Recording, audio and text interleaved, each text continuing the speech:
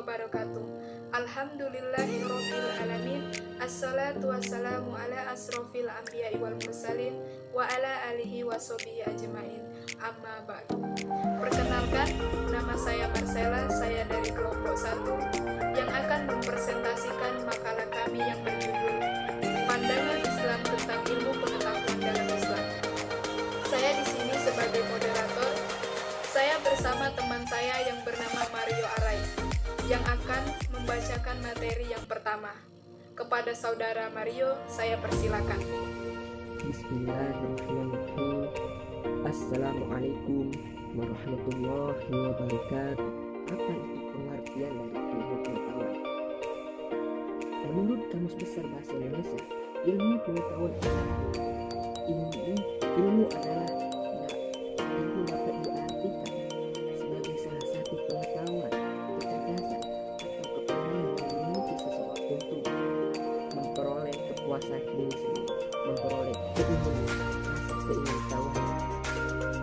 Dan menurut Al-Raghib Asy-Syafani, ilmu adalah temuan tentang sesuatu dengan hakikatnya. Dan menurut sebagian ahli ilmu adalah mengetahui sesuatu atau bisa menyebutkan sebagai lawan dari kata. Itu adalah pengertian ilmu menurut bahasa. Dan banyak ilmu menurut yang lain. Dan dalam agama Islam, ilmu adalah pengetahuan yang kita miliki, potensi yang kita miliki untuk bisa mengetahui sesuatu yang kita inginkan. Tujuan dan fungsi ilmu. Fungsi ilmu adalah yang pertama adalah sebagai dasar pengetahuan. Tujuan dari ilmu adalah sebagai dasar pengetahuan, sebagai dasar pengetahuan terhadap sesuatu. Sesuatu apa? Ya, sesuatu yang kita inginkan. Pada dasarnya itu memiliki dasar. Misalnya, contohnya kita ingin tahu sebuah kata, gunakan kata selain. Pasti itu ada dasarnya, kawan-kawan. Dasar ilmu pengetahuan itu adalah, dan fungsi pertama dari ilmu pengetahuan itu adalah dasar dari penguatan kata tersebut. Itu adalah sebagai contoh.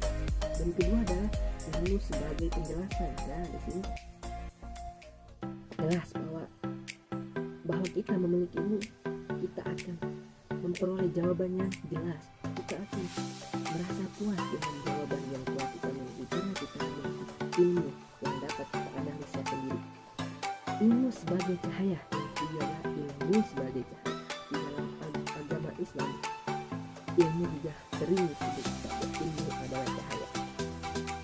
Dimana waktu ini ada sebuah cerita yaitu Imam Syafi'i. Kalian sudah pada tahu Imam Syafi'i ini adalah imam yang sedang kita anut di Indonesia sekarang ini. Nah, pada suatu hari Imam Syafi'i ini pergi kepada gurunya Imam Wahid dan menjelaskan kepada gurunya, wahai Imam Wahid, wahai guru, kenapa wahai guru Imam Syafi'i? Wahai guru, kenapa saya ini bodoh? Kenapa saya tidak bisa memahami segala ilmu tentang sesuatu ini? Kata Imam Syafi'i. Mewakili menjawab bahwasanya, wahai muridku, ilmu itu adalah cahaya dari Allah, dan cahaya Allah itu tidak akan mau masuk ke dalam hati orang yang berdosa, yang berbuat dosa. Lantas Imam Syafi'i pun tersadar dan ia langsung bertobat kepada Allah Subhanahu wa Ta'ala sehingga ia dapat memahami sebuah ilmu. Terima kasih kepada saudara Mario. Selanjutnya yaitu materi perkembangan ilmu pengetahuan tentang Islam.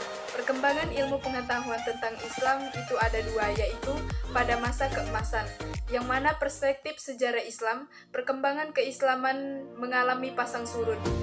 Dengan itu, pada masa keemasan, dalam sejarah politik keislaman, melalui beberapa periode, yaitu yang pertama periode klasik, yang kedua periode pertengahan, dan yang ketiga periode modern. Dari ketiga periode tersebut, yang dikenal masa keemasan Islam adalah periode klasik, yang antara lain ditandai dengan adanya etos keilmuan yang sangat tinggi yang ditunjukkan dengan pesatnya perkembangan ilmu pengetahuan, yaitu yang kedua masa kemunduran, yang mana umat Islam dalam bidang pemikiran dan pengembangan ilmu adalah kritik dari Ghazali melalui tahaput terhadap para filsuf yang dinilai telah menyimpang jauh dari ajaran Islam. Sedangkan menurut Harun Nasution, memperkirakan penyebab mundurnya tradisi ilmiah dalam Islam adalah dominasi tasawuf dan kehidupan umat Islam yang cenderung mengutamakan daya rasa dan berpusat di kalbu dan meremehkan daya nalar yang terdapat pada akal. Selanjutnya, klasifikasi ilmu pengetahuan. Klasifikasi ilmu pengetahuan dimulai di akhir masa kuno, terutama abad ke-5 dan ke-6 Alexandria. Aristoteles sudah menggariskan perbedaan antara seni dan sains. Struktur keilmuan Islam juga dapat dilihat dari klasifikasi ilmu yang dibuat oleh para ilmuwan atau sarjana muslim. Menurut Imam Al-Ghazali, ilmu ada yang menjadi fardu ain untuk dipelajari, ada juga fardu kifayah. Imam Al-Ghazali menjelaskan bahwa ilmu itu menjadi mulia karena bermanfaat untuk kemaslahatan umat. Sedangkan ilmu yang tercela seperti ilmu sihir, talbis, dan jimat, dan lain sebagainya. Dengan itu melibatkan proses verifikasi dan pengukuran secara matematis, verbal, empiris. Ilmu dalam Islam juga merupakan pengetahuan mendalam, hasil usaha yang sungguh-sungguh dari para ilmuwan muslim atas persoalan-persoalan duniawi dan ukrawi dengan berlandaskan kepada wahyu Allah. Dengan itu, pada masa era klasik merupakan masa keemasan Islam yang ditandai dengan tingginya etos keilmuan. Jadi dapat kita simpulkan, ilmu pengetahuan merupakan hal yang tidak dapat dipisahkan dari ajaran agama Islam, di mana juga pengetahuan ilmiah diperoleh melalui indera, akal, dan hati atau intuitif yang bersumber dari alam fisik dan alam metafisik. Hal ini berbeda dengan epistemologi ilmu barat, yang hanya bertumpu pada indera dan akal serta alam fisik. Ilmu pengetahuan dalam Islam dicapai melalui 3 alat indera. Yang pertama, akal, budi, dan hati. Dalam epistemologi barat, pengetahuan ilmiah yang bisa diraih melalui indera dan akal, sains hanya membatasi diri pada objek-objek empiris, fisik, materi, dan eksternal. Dengan kata lain, sains hanya berurusan dengan objek-objek teramati oleh indera. Sains barat hanya membenarkan pengetahuan yang diperoleh melalui metode ilmiah. Dengan itu melibatkan proses verifikasi dan pengukuran secara matematis, verbal, empiris.